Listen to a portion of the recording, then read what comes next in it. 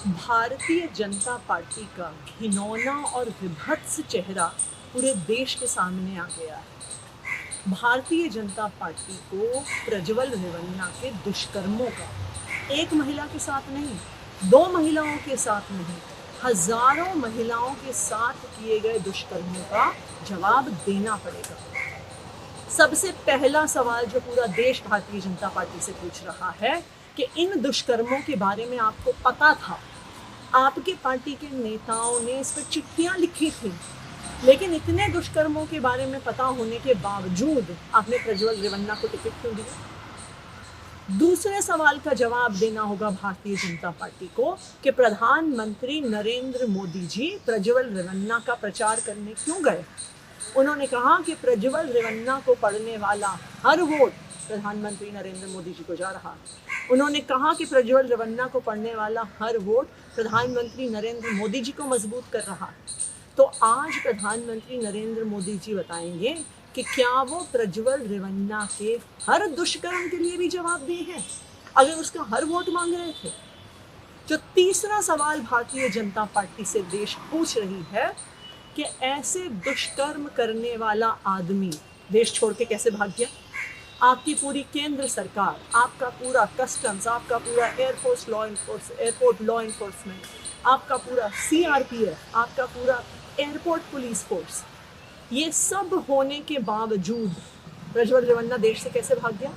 इसलिए भाग गया क्योंकि भारतीय जनता पार्टी का आशीर्वाद है उसके पास, प्रधानमंत्री नरेंद्र मोदी जी का आशीर्वाद है उसके पास।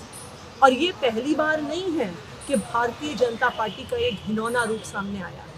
ये वही बृजभूषण शरण की पार्टी है, ये वही कुलदीप सेंगर की पार्टी है, ये वही मणिपुर में महिलाओं को निर्वस्त्र करने पर चुप रहने वाली पार्टी है, ये वही पार्टी है जो हाथरस में बलात्कारियों की रक्षा करने के सामने आती है। तो आज देश की हर महिला को पता होना चाहिए कि भारतीय जनता पार्टी को दिया गया एक एक वोट बलात्कारियों को जा रहा है, दुष्कर्मियों को जा रहा है। ऐसी खबर आ रही है कि उन्हें JDS से निलंबित किया जा सकता है जब से केस दर्ज हुआ है, लेकिन उनके पिता उनके बचाव में हैं। जो कुमारस्वामी, उनका बयान है, उन्होंने कहा कि 3 दिन पहले जानबूझ के एक अपोजिशन सेक्शन द्वारा इसे लेकर सवाल उठाया गया। चुनाव से ठीक दिन पहले जब वोटिंग होनी है, इसमें कहीं ना कोई कुछ षड्यंत्र, कुछ साजिश की बात है।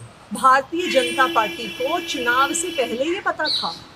भारतीय जनता पार्टी के अपने नेताओं ने अपनी पार्टी की लीडरशिप को लिख के भेजा था। अरे भारतीय जनता पार्टी तो वो पार्टी है जिन्हें पता है कि अरविंद केजरीवाल केला कब खाता है, मिठाई कब खाते हैं, चाय कब पीते हैं।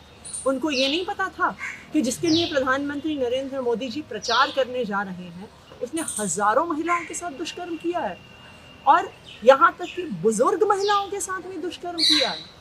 इसका जवाब भारतीय जनता पार्टी को देना होगा, इसका जवाब प्रधानमंत्री नरेंद्र मोदी जी को देना होगा। कांग्रेस पार्टी के कुछ नेता आरोप लगा रहे हैं कि प्रधानमंत्री ने उनकी सहायता की देश छोड़ के भागने में। बिल्कुल करी। प्रधानमंत्री जी ने पहले उनका प्रचार किया और उसके बाद केंद्र सरकार की इतनी फोर्स होने के बावजूद एयरपोर्ट पर एक एक इंच पर फोर्स होती है, एयरपोर्ट पर बार बार आपका सिक्योरिटी चेक होता है। तो क्या प्रधानमंत्री जी के आशीर्वाद के बिना वो देश छोड़ सकता था? नहीं छोड़ सकता। इससे साफ साबित होता है कि भारतीय जनता पार्टी और प्रधानमंत्री नरेंद्र मोदी जी को उसके घिनौने दुष्कर्मों के बारे में पता था, उनका पूरा आशीर्वाद था। जैसे उनका आशीर्वाद कुलदीप सेंगर के साथ था, जैसे उनका आशीर्वाद बृजभूषण शरण के साथ था, जैसे उनका आशीर्वाद हाथरस के बलात्कारी के साथ।